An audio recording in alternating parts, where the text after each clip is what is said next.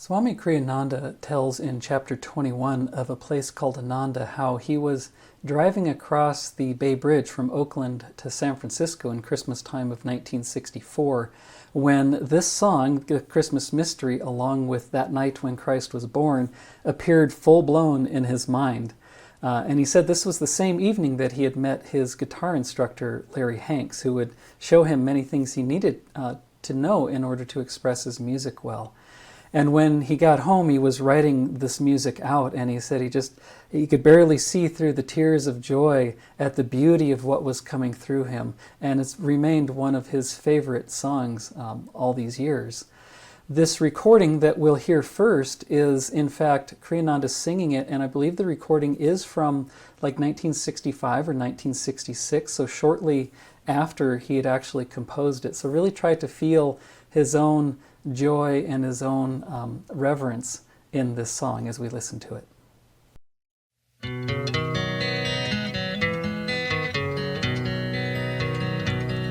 Long ago there was a little shed where three mighty kings did bow their heads to a gentle babe of low degree, whom men called the Son of Mary.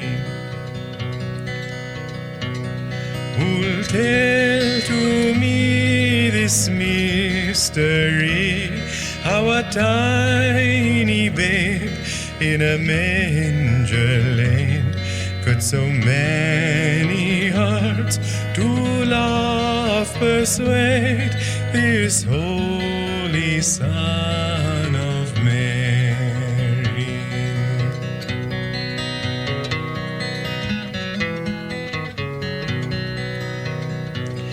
Shepherds came and knelt in wonder there, seeing him in light beyond compare, and his eyes that told them all love was he, whom men called the Son of Mary. Who'll tell to me this mystery, how a tiny babe in a manger laid could so many hearts to love persuade this holy Son of Mary?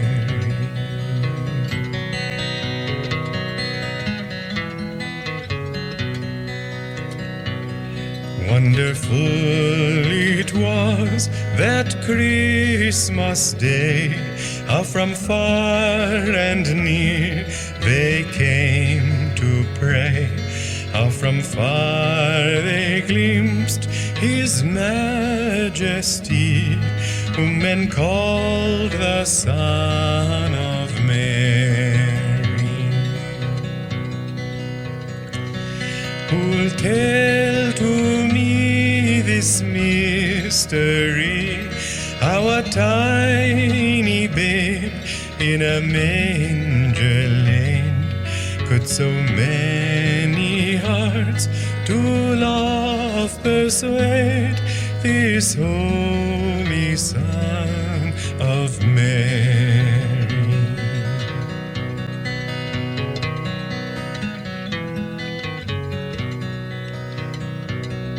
Could it be that in that little one Spirit's universal love did shine?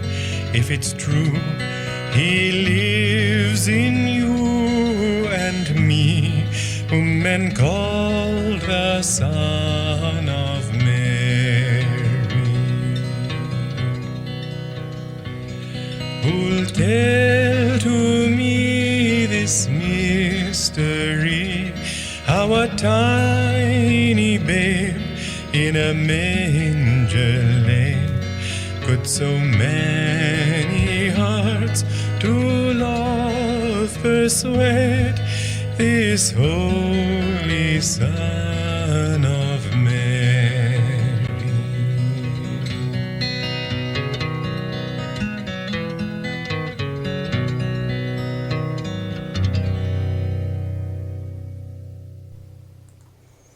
Who will tell to me this mystery, how a tiny babe in a manger laid could so many hearts to love persuade, this holy Son of Mary?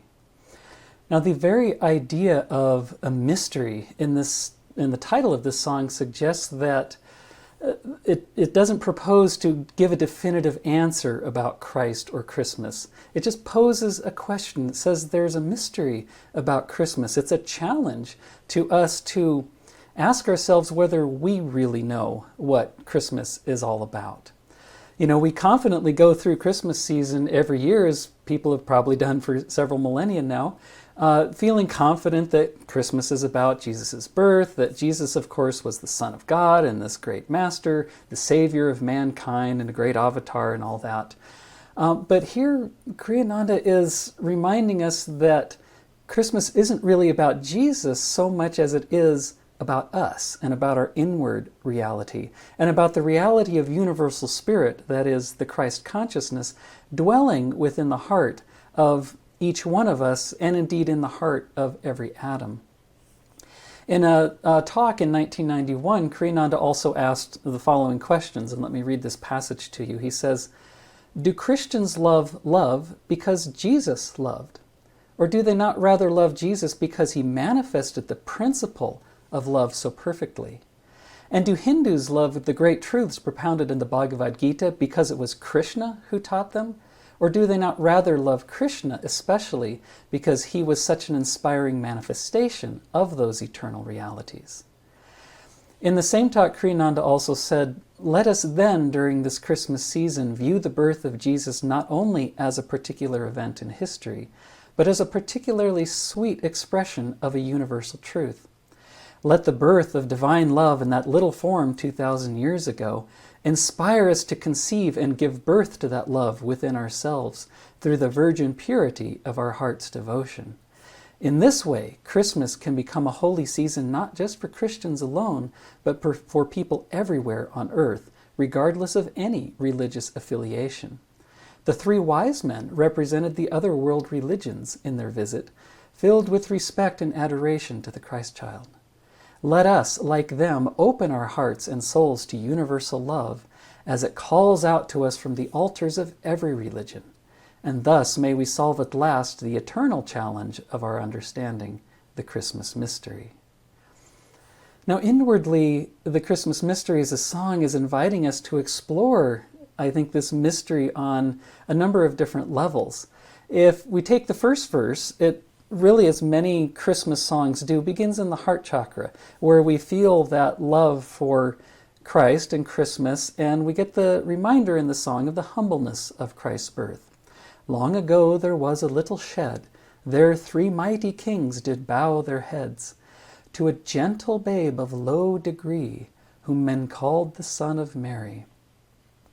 Outwardly, of course, we think of the 3 kings as visitors from other lands, representing, as Kriyananda said, the major world religions of the time. And also the word kings and the mightiness there, in this verse, they're representing the humbleness of the mighty in the presence of, you might say, the overwhelming omnipresence of Christ. So those mighty, that might needs to bow its head in humbleness in the presence of Christ. But we can also think inwardly that these 3 kings represent the lower 3 chakras that have come to meet the Christ child in the heart, to meet that love in the heart. The lower 3 chakras, you might say, are the centers of different kinds of power. The fire chakra, the 3rd chakra, of course, is the fire element, fiery self-control and willpower. The 1st chakra being determination and strength in many different ways. And the 2nd chakra being adaptability and fluidity, but also representing the sexual power, which it's the power that creates new forms of life. And that certainly is very, very powerful. But so we have these three energies of the body coming up and recognizing the Christ child as love in the heart chakra.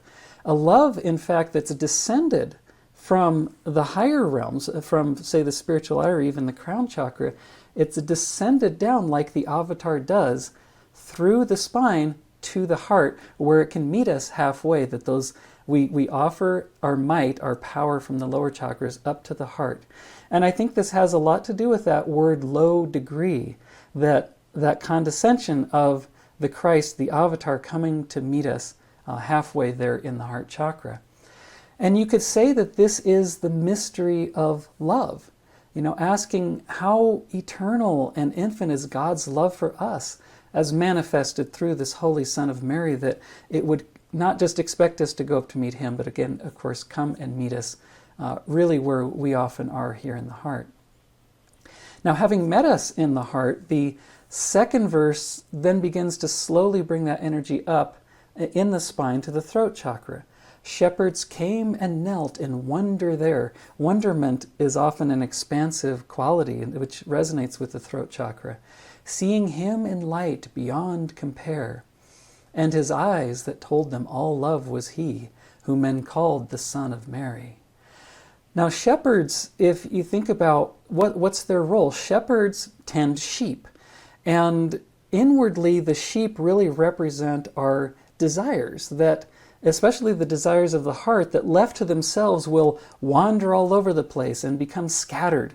And I think in many different pieces of our Christmas music, including those from the oratorio, the shepherds often are representing the guides of higher consciousness, of higher aspiration, of our higher selves, the energy of the upper chakras here, pulling the desires of the heart, gathering them together so that then they can be led upwards into higher states of self-realization. And when those desires, having been pulled in, touch that divine light that's coming down, they've softened, and along with the shepherds then offer themselves upward even further. And the light in his eyes that's referred to in the verse here reminds us that the love expressed through our desires is but an expression of the divine love of God that's magnetically pulling us up. And that, of course, too, along with the energy of the three kings that have come to the heart, is pulling us up again in the spine, now to the throat chakra. This is giving us the invitation to ponder what I think maybe is the mystery of Christ as a channel of light and love, rather than being the source of it himself. You might think that in so many ways, people embody Christ as, Christ is God, part of the Trinity, so Christ must be the source of that universal love and that light. But it's really saying here that babe, that Christ incarnation, is a channel for these things, is not, the only expression of the Christ consciousness. It's a channel through which we start realizing where that Christ consciousness actually is within us. Now, the third verse, we have all this energy flowing up the spine through the throat chakra, coming up to the medulla. And the words here are interesting. It says, "Wonderful it was that Christmas day, how from far and near they came to pray. How from far they glimpsed his majesty, whom men called the Son of Mary." I love that phrase, how from far and near they came to pray, because if you think of the lower 5 chakras that we've worked with already here, you have the first chakra, which is rather far away from the medulla, and also the throat chakra, which is rather near. So it's really telling us that all that energy has been coming up to the spine, coming up to the medulla. And they've gathered there at the seat of the ego for what we can say is the final act of self-offering into God. And, when we get to that point on the spiritual path and we realize that we can bring all this energy up, and we have that choice of offering it to God, there's a wonderful celebration, right? The wonderful it was that Christmas day where we really want to offer to God everything we are, as Jesus commanded, all our heart, all our mind, all our soul, and all our strength. And yet, at the same time, there's a little distance still, right? How from far they glimpsed his majesty. We're talking about the distance between the medulla and the spiritual eye. So the ego is here. We can be at the ego and we can be very pleased with ourselves of how far we've come on the spiritual path, but there's still a really long distance for that ego to offer itself into the majesty of the higher self here at the spiritual eye. We can't get too proud how far we've come, because there's no room for individual pride when we merge into God. It reminds me of something that Nayaswami Devi, one of the spiritual directors of Ananda, once said, where she was feeling spiritual progress after a time on the path, and she was praying to Master Yogananda and said, "Oh, I'm getting so close, I'm getting so close." And she heard the little voice of Master in her mind saying, "No, closer." And it's a good reminder of staying humble and not getting too proud, that we may feel we're closer, but not necessarily there yet. Because really the ego has to be completely willing to give itself, to offer itself, and that's a big challenge. And in this, we're being invited to ponder the mystery of self-offering, which is to say the mystery of free will, that God always gives us that choice of clinging to individuality or of choosing to let ourselves go into omnipresence. Now, assuming, of course, that one desires liberation, which you might say is the defining characteristic of a devotee. We want to know God, we want to offer ourselves. So with that thought, the energy of the medulla in this song can then flow upwards toward the spiritual eye, bringing it upwards as we do in meditation. And it's at that point that we finally see past the Christ child to the Christ consciousness, that infinitesimal spark, or little one, you might say, the little one being the Christ baby, but it's that little one, that little spark at the heart of every atom. And we also see past the Christ child to universal love, and that's what the verse is telling us. Could it be that in that little one, Spirit's universal love did shine, universal being very expansive, being infinite? And if it's true, he lives in you and me, whom men call the Son of Mary. So at this point, we're here at the spiritual eye, we're not pondering any longer, because we've solved the mystery. Christ isn't a baby. Christ is omnipresent within all of us right now. And that is that little word change from whom men called the Son of Mary, referring to the child, to whom men call the Son of Mary, referring to the ever-present Christ consciousness dwelling within us right now. And that is, you might say, the solution to the mystery. The birth of Christ isn't about the baby at all.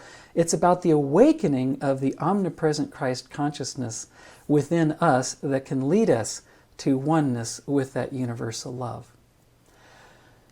With this in mind, then, we can ask, what negative emotions does this progression up the spine, this change of consciousness, this expansion into realization that the Christ consciousness is within us and within everything, what does Christmas mystery serve in terms of an antidote?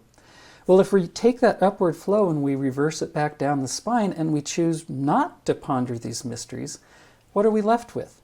We're left with, I think one quality is intellectual pride or smugness, which is basically saying, hey, I got it all figured out. There's no mystery. The title says, this title suggests it's a mystery and we don't know. Well, no, I know. That's the smugness of thinking that, well, I have it all figured out and I don't need any expansive consciousness. I don't need the guidance of my higher self. And that kind of pride also leads to irreverence. You might think of, just even in the words of this song, there's a lot of reverence expressed here. The mighty kings bowing, the shepherds coming and kneeling in adoration, and the wonder and awe in the majesty of the Christ consciousness that we're realizing. So irreverence would be what we get reversing that flow, where we're not bowing to anything. We don't want to bow. We don't want to bow to the light, to the majesty, or the love, which is to then say that we think our desires, that those scattered sheep of the heart, especially the desires for wealth and power, thinking back to the lower spinal chakras and the mighty kings, we think that those things are more important than any other high quality. Again, to serve, which is a state of irreverence that this song helps to reverse. And we can also say that irreverence leads to an even lower state of worldly pride, especially the pride of pedigree, the pride of position, the pride of social status, which these prides, along with smugness, and a narrow sense of respectability, are what two of the things that Sri Yukteswar identified in his book, The Holy Science, as meannesses of the heart, or things that keep us from finding our liberation in God, keep the energy bound in, say, the heart chakra flowing outward or the lower chakras that doesn't allow that energy to flow upwards where we can find liberation in God.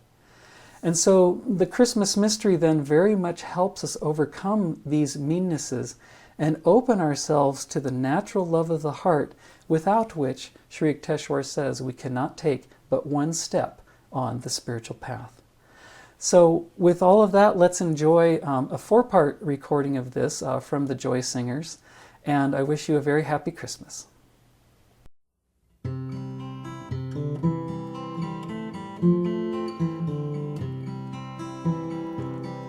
Long ago there was a little shed where 3 mighty kings did bow their heads to a gentle babe of low degree, whom men called the Son of Mary.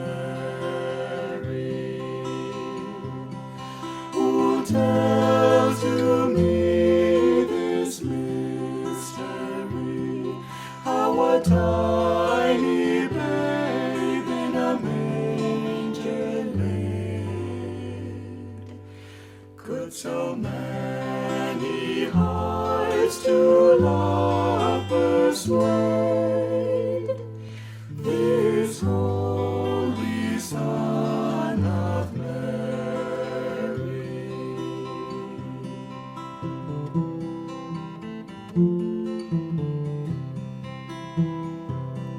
Shepherds came and knelt in wonder there, seen him in light beyond compare, and his eyes that told them all love was he, whom men called the Son of Mary.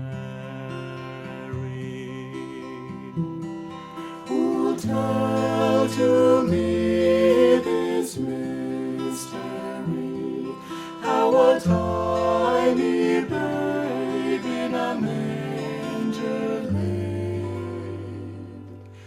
could so many hearts to love persuade, this holy Son of Mary.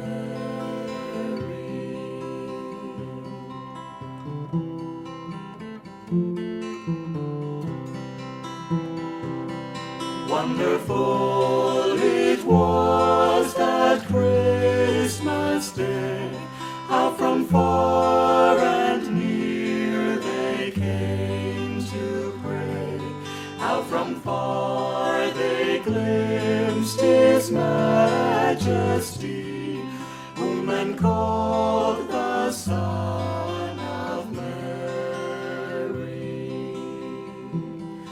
Who tells to me this mystery, how a tiny babe in a manger laid could so many hearts to love persuade, this holy Son of Mary.